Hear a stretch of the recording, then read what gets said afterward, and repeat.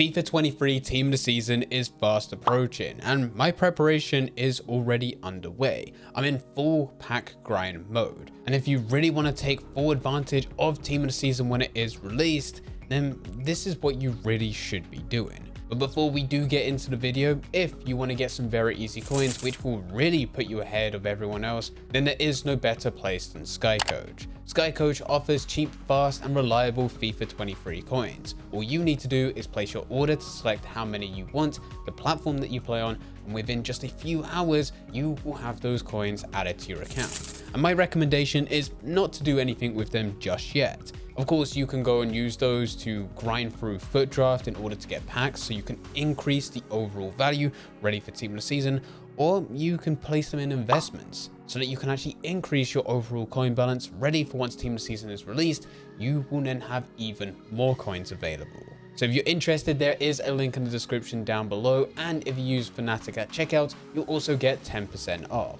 Nice. So, getting back into the video, grinding packs. Why should you actually do this? It's worth grinding packs right now, sending them to your store, but not actually opening them. You can actually hold them and wait until Team of the Season is released, and it's at that point in which you open them in hopes that you could get someone good. Now, all of this does come down to chance and there is no guarantee, but typically Team of the Season is one of the best times of the year to do it. If you followed me previously for Team of the Year, you would know that for a lot of people that went through it, including myself, we were unsuccessful. The pack weight is incredibly high to get a Team of the Year player, but it is still worth going through. With Team of the Season, it's the complete opposite. With Team of the Year, there's a very limited amount of players that get selected, whereas Team of the Season, there's a lot. You have a full starting 11 plus subs and reserves, and then on top of that, it will not just be one team. There will be 2 or 3 teams every single week. And because Team of the Season, being within its name, is at the end of a season, it also starts to mark the end of Ultimate Team. We're not far away from EA Sports FC being revealed and then the hype build up for that. And because of this, EA tends to be slightly more generous by boosting pack weight. You have a much higher chance of getting a Team of the Season player. So with all of that in mind, let's actually get into how you can start grinding.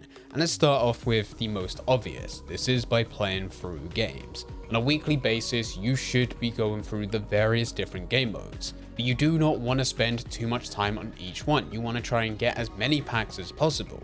And the best way to do that is by going through Ultimate Team as efficiently as possible.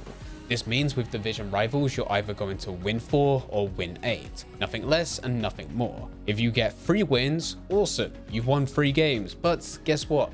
You do not get your weekly reward. And if you get 9 wins, awesome, that's great. It means that you get the 8 win reward, but that extra game was a bit of a waste. The only reason you would want to play more than 8 wins is if you're trying to claim your seasonal milestones, you need a few extra games, or if you're only a couple games away from being promoted to the next division. With Division Rivals as well, towards the end of the week, I normally go for the untradeable, but really it doesn't matter. My recommendation is if you're really unsure, maybe you should check out a video where we talk about how you can make millions from untradeable players. Because really, even though you can't sell them on the transfer market, they are still useful. Especially during Team of the Season where there's going to be loads of SBCs available, which we will soon talk about. After Division Rivals, we have FUT Champions. This is broken down into the playoffs and the FUT Champions final. If you've been watching any of my videos throughout the year, you know that I'm a pretty lazy player, and also I'm not that good. But still, I'm able to go through the FUT Champions playoffs and get the games that I need done. I'm able to win 4 and then I'll forfeit the rest. My goal is to limit the amount of time that I play each game mode whilst claiming the rewards. Now, there are a few exceptions. If I'm enjoying the gameplay, I'm having fun, maybe I'm on a winning streak, I may try and push a bit higher, just to get something a bit better. And I recommend you do the same thing. When going over to the FUT Champions finals, you could do the same thing. You could either play all 20 in order to try and get the highest possible rank, or you can forfeit your games. It doesn't really matter at the end of the day because either way you will be rewarded. If you are going to forfeit though, I do still recommend that you score an own goal and then gift the wins to opponents. Maybe you'll have some good karma and someone else will do the exact same for you later on. I forfeit mainly because I'm busy over the weekends. I have very limited time, so I'll spend 30-40 minutes forfeiting every single one of my games and being done for the day while still being able to claim some packs, so that weekend was not a complete waste. After that, every other game mode really comes down to being optional. You can go into squad battles where I normally play 3 or 4 games per week. Nothing too crazy, but enough to get a few thousand points, which will give me a rank around gold, and that's enough for me. Playing against the AI is super tedious, but at the end of the day, a pack is a pack, so you might as well go for it. When I have a very limited amount of time, I will go into foot moments. But with this, it's not worth opening the packs. This is just to build up as many foot stars as possible. Unfortunately with this, if you were to go and use your foot stars to claim a reward, it will just open it immediately. With these, I'm trying to save them for team of the season, so it's just a case of building up foot stars rather than packs themselves, but they will be used for packs when the time comes round. The only downside is we don't know what packs will be on offer. See, you can go and use your foot stars for the standard gold packs, which are always there, but it's not really a good deal. The best chances of you getting something good is by going into your seasonal rewards and picking the best rewards right at the end.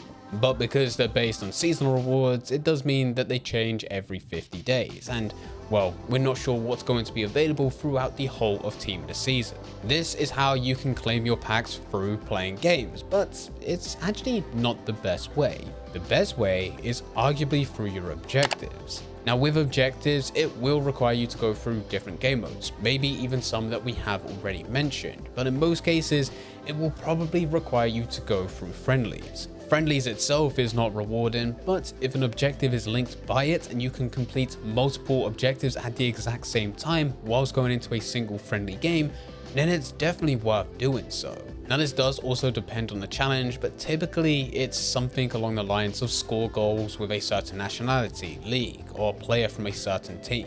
It may even be something along the lines of get an assist with a particular type of pass, or even a certain type of player. The best thing for you to do is to go through your objective, see what's currently there, and then decide on a team to build that best can complete multiple objectives at the exact same time.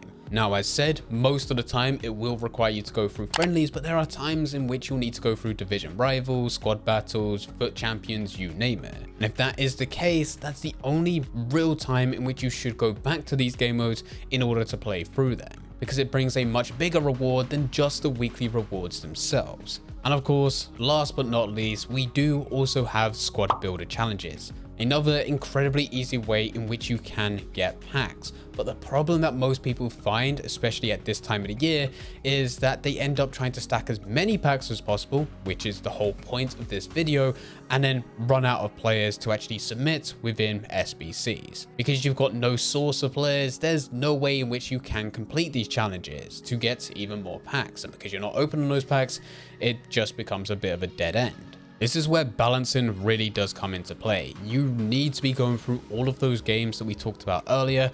With the coins that you're getting from them, you're hopefully going to be trading with, and eventually you want to start using a certain percentage of those coins which you've been able to trade and profit from to buy into players that you can move over back to your club in order to use for SBCs, rather than relying on the players that you're able to get from packs themselves.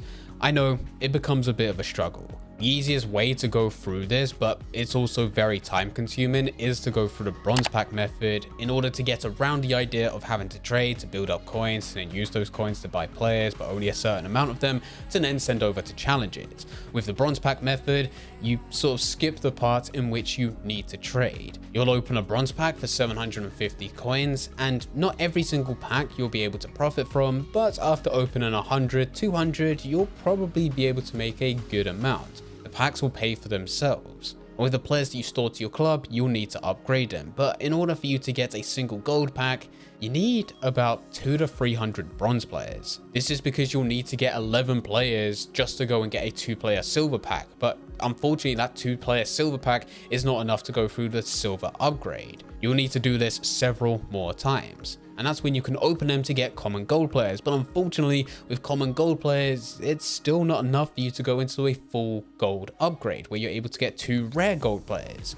So you need to go back down the line, repeat the process over and over again until you have enough, which does lead to you needing about 200 to 300 bronze players in order for you to just get one rare gold pack, which doesn't even guarantee that it's going to be anything good. But a positive is that if you're just doing this for 5-10 packs in between each game, this will just gradually build up as time goes on. And as said, hopefully by opening these packs, the packs themselves will pay for themselves.